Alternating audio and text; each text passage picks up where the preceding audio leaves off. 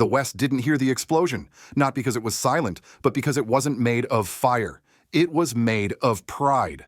On the morning of October 10th, 2025, in the heart of Ouagadougou, something remarkable happened. There were no breaking headlines, no Western news crews, no analysts predicting the end of anything. Yet the ground beneath Africa shifted.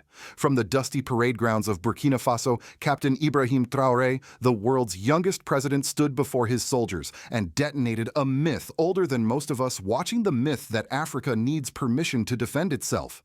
That morning, armored convoys rolled under the Sahel sun, not rented, not borrowed, not blessed by NATO. They were owned fully and proudly by the people of Burkina Faso. The world called it a weapons delivery, but for millions across Africa, it was a declaration of freedom the moment a small landlocked nation stopped asking for protection and began defining it. You didn't see it on CNN. You didn't read it in The Times. Because how does the old world report the end of its own control? For decades, Western powers built an empire on dependency, on the belief that safety must be imported, that sovereignty must be supervised. But that illusion just cracked. The engines of those new armored trucks weren't roaring for war. They were roaring for dignity. And here's the question we must all face. If one of the poorest nations on earth can reclaim its strength without permission, what excuse do the powerful have for still living in fear? Stay with us, because this isn't just a story about Burkina Faso. It's about the quiet revolution rewriting what it means to be free. And if you believe that truth matters more than headlines, subscribe, share, and stand with those who refuse to rent their freedom. October 10th, 2025, a morning that will live quietly in history, yet thunder forever in the memory of those who saw it. The sun had barely risen over Ouagadougou, but the streets were already trembling, not from fear, not from conflict, but from something new. Convoys of steel rolled past the crowds, each engine echoing a sentence that no one dared to speak aloud: Burkina Faso no longer rents its defense. At the center stood Captain Ibrahim Traoré, 36 years old, a soldier president who wore no medals, no foreign ribbons, no bodyguards with mirrored glasses. He stood with his men in uniform, dusted with Sahel sand hand over heart. Behind him stretched a column of Chinese-made VN-22 armored vehicles, SR-5 rocket launchers, and air defense units, precision machines built for endurance, delivered not as donations, but as property. The official documents said handover ceremony. But the reality was something far deeper the moment a nation reclaimed its security, not through aid, but through ownership. It wasn't always this way. For decades, the Burkinabe army lived at the mercy of assistance. Patrols waited for signatures from French officers before they could move. Ammunition came with conditions. Spare parts had to cross oceans and approvals before they reached the front. Every act of defense required permission from those who never faced the danger. That was the deal: protection in exchange for obedience. Traoré broke that deal, quietly, systematically. For months before that October morning, he had been cutting every invisible leash. The first target was the illusion of generosity, the idea that foreign help was a favor. In truth, every donated rifle carried a hidden clause: policy compliance. So he stopped taking them. The government redirected funds once used to house Western advisors into local military training, manufacturing, and logistics. For the first time in modern West African history, an African army began paying for its own bullets, repairing its own trucks, and commanding its own strategy. The symbolism was staggering. Under the heat of the Sahel sun, the soldiers didn't just see new weapons, they saw a mirror, the reflection of what their grandparents had never lived to witness: an African army armed, trained, and commanded entirely by Africans on African soil for African defense. When Traoré took the microphone, the air went still. He didn't deliver a speech written by foreign consultants. He spoke from the gut in his native tongue as a soldier to soldiers. "We defend what is ours," he said, voice steady. "And we depend on no one to do it for us." No grandstanding, no applause line, just conviction. The crowd of officers and villagers erupted not because the words were poetic, but because they were finally believable. For the Western press, the silence was deafening. No major outlet covered the ceremony. No embassy sent congratulations. Because how could they explain this to their own citizens? How could they admit that a small African nation, once dismissed as fragile, had just rewritten the global balance of dependency? Those new vehicles gleamed like a prophecy, not of war, but of rebirth. Engineers inspected engines. Children waved flags. Women sang songs once forbidden during colonial days. The scene was both mechanical and sacred. Every tank track pressing into the red soil was a footprint of freedom. Yet the real transformation wasn't in the metal, it was in the mindset. Soldiers began training in local languages instead of colonial ones. Commanders stopped waiting for external coordination. Every operation from that day forward would be planned, executed, and reported in Burkina Faso by Burkina Faso for Burkina Faso. And perhaps that's why Western capitals stayed silent. Because that morning in Ouagadougou, what died wasn't an alliance. What died was the illusion, the comforting idea that Africa's security was forever tied to foreign supervision. The explosion the West didn't hear wasn't the roar of engines. It was the sound of permission shattering, and for the first time the dust of the Sahel carried not the weight of occupation, but the whisper of independence. The ceremony ended, but its shockwaves did not.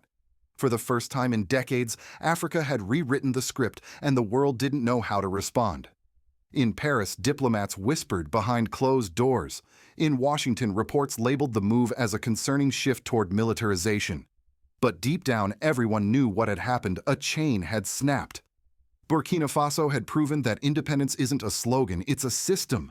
The days following October 10th were filled with disbelief. Satellite images confirmed convoys moving through Ouagadougou. Intelligence briefings described unprecedented local autonomy. But no one in the West dared to say it out loud. Africa no longer needs our permission. Behind the silence, panic simmered. Defense analysts scrambled to explain how a resource-strapped, landlocked nation could suddenly afford such an arsenal. The truth was brutal and brilliant. Traoré had performed an act of economic judo using the West's own rules against it. Instead of pleading for aid, he traded gold, cotton, and agriculture directly with partners in Asia and the Middle East. The money that once paid for foreign missions now funded local factories and training programs. He didn't take loans, he built leverage. Each trade deal came with a message. We will not mortgage our sovereignty for security. And when Western envoys offered technical assistance, Traoré's answer was polite but final, "Thank you, but we'll handle it ourselves." That refusal struck harder than any missile test. Because it revealed something far more dangerous to the old order, a mindset of self-reliance. The Burkina Faso army didn't just receive weapons, it received a doctrine. A new way of thinking born from the question Traoré asked his generals. If we die defending our homeland with borrowed weapons, did we really defend it at all? That single question rippled through barracks and villages like a spark through dry grass. Soldiers began replacing foreign drills with tactics suited to Sahel terrain. They stopped chasing insurgents like NATO imitations and started defending like locals with knowledge of every dune, every village, every rhythm of the land. Within months, insurgent bases that had resisted for years began to crumble, not because the weapons were new, but because the permission culture had been destroyed. In the West, the reaction turned from silence to fear. France, already humiliated by expulsions from Mali and Niger, now watched its last symbolic foothold in the Sahel start to fade. Washington called for re-engagement strategies. Think tanks flooded television panels warning about Russian and Chinese influence. But the truth was more uncomfortable. The influence shaking the Sahel wasn't foreign, it was African. By late October, embassies in West Africa were sending cables marked urgent. Their reports shared one conclusion: Burkina Faso's doctrine of sovereignty was contagious. Mali began restructuring its command systems to reduce European oversight. Niger restricted access to drone bases. Even Ghana and Senegal started quietly reviewing foreign training agreements. But the real storm brewed inside Western media. Headlines appeared cautiously authoritarian drift in the Sahel, new threats to stability. The framing was predictable. When Africans act independently, it's authoritarian. When outsiders dictate terms, it's cooperation. Traoré ignored them. He knew that responding would only dignify the hypocrisy. Instead, he focused inward, reforming not only the army but the spirit of a nation. Barracks turned into schools for welders and engineers. Maintenance hangars became training centers. Every soldier became a mechanic, a farmer, a builder. Burkina Faso was not militarizing, it was reorganizing its soul. And that is what terrified the old empires the most. Because a nation that can feed, fix, and defend itself no longer fits into anyone's colonial equation. As weeks passed, the West's silence became a confession, an admission that the balance of power had shifted without a single shot fired. The explosion the world ignored had done its work. In Ouagadougou, people still remember that day not as the start of an arms race, but as the birth of a mindset. A day when a president stood among his soldiers and said not with arrogance, but with certainty, we no longer ask for help to survive. We prepare to live and to stand. And from that moment, the sound that haunted Western diplomats was not the roar of engines, but the quiet certainty that the age of permission politics was ending. When the dust of the convoys settled, what remained was not just steel and smoke, it was transformation. In the weeks that followed the October 10th ceremony, life in Burkina Faso began to shift in ways few could have imagined. The change was not loud or forced. It spread like sunrise, slow, certain, inevitable. Everywhere, citizens began to see the army differently.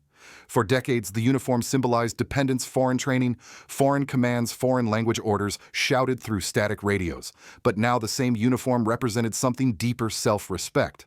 Soldiers were no longer gatekeepers of a fragile state. They were builders of a new one.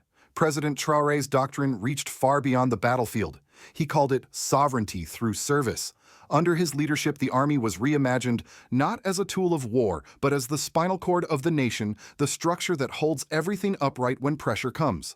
Barracks turned into small factories. Workshops replaced waiting rooms. Instead of depending on international logistics, young Burkinabe engineers started repairing vehicles, producing spare parts, sewing uniforms, even cultivating food for their own regiments. An army that eats from its own hands fears no embargo, Traoré said, and that single sentence became a creed. Soon, the ripple effects reached civilians. Farmers collaborated with military engineers to build irrigation systems in rural zones once controlled by insurgents. Roads once guarded by UN convoys were now patrolled by local brigades. Men and women who lived on that land spoke its dialects and defended it with both weapon and will. Inside schools, teachers began using local languages alongside French, inspired by the Army's new training programs. For the first time in years, young people didn't dream of escaping abroad. They dreamed of joining something larger than themselves, not as mercenaries for a paycheck, but as protectors of their soil. This quiet revolution blurred the old lines between soldier and citizen. Defense was no longer a distant, professionalized duty. It became a collective identity. And that more than any missile or tank was what scared the old order most. Politically, the doctrine spread like wildfire. Within months, the alliance of Sahel states AS, Burkina Faso, Mali, and Niger declared plans to synchronize military production and intelligence sharing. For the first time, the Sahel was uniting not around fear, but around function. Western diplomats called it regional militarization. Africans called it cooperation without supervision. Inside Burkina Faso, Traoré's government began to institutionalize this change. Defense factories merged with technical universities. Agricultural ministries started working with local battalions to stabilize food supply. The same hands that held rifles by day now held tools by night. Production increased, exports followed, and rural economies began to breathe again. In Ouagadougou's markets, you could hear a new kind of conversation. Not about migration or despair, but about work. About what the country was making, not what it was missing. It wasn't prosperity yet, but it was momentum, and that momentum was moral. Internationally, the response was conflicted. France warned of nationalist militarism. The U.S. State Department called for caution. But none could deny what was happening. A once-dependent country was becoming an example others might follow. Behind closed doors, Western analysts admitted what the public never heard, that Burkina Faso's transformation wasn't driven by ideology, but by logic. It had found the formula the world told it didn't exist: sovereignty that works. By the end of 2025, the Burkinabe army wasn't just defending borders. It was building schools, staffing clinics, and training local cooperatives. Every project carried the same invisible signature: a nation that had finally stopped waiting for permission. The world had called it impossible, but in the red soil of the Sahel, the impossible had already begun to bloom. In Washington, the silence came first. Then came the questions. Classified memos circulated through the Pentagon and the State Department. Burkina Faso rearming without Western oversight. To many officials, it sounded like fiction, a poor, landlocked nation challenging the very architecture of post-colonial security.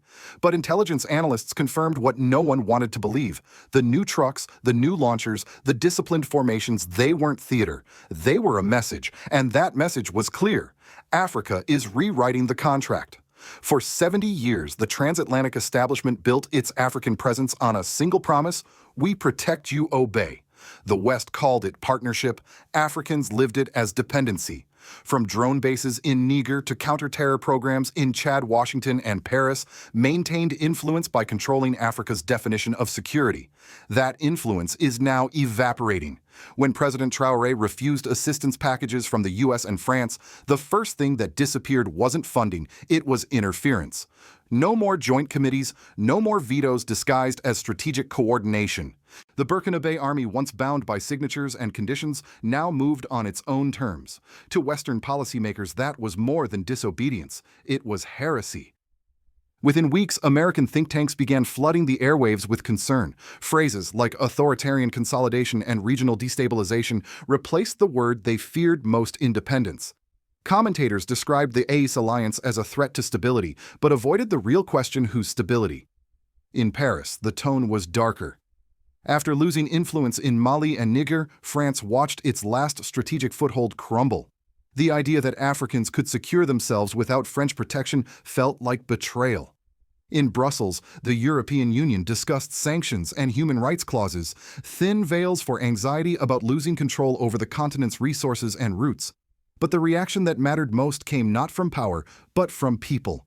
Across the global south, from Haiti to Brazil, from Kenya to Jamaica, social media lit up with one phrase: security through sovereignty.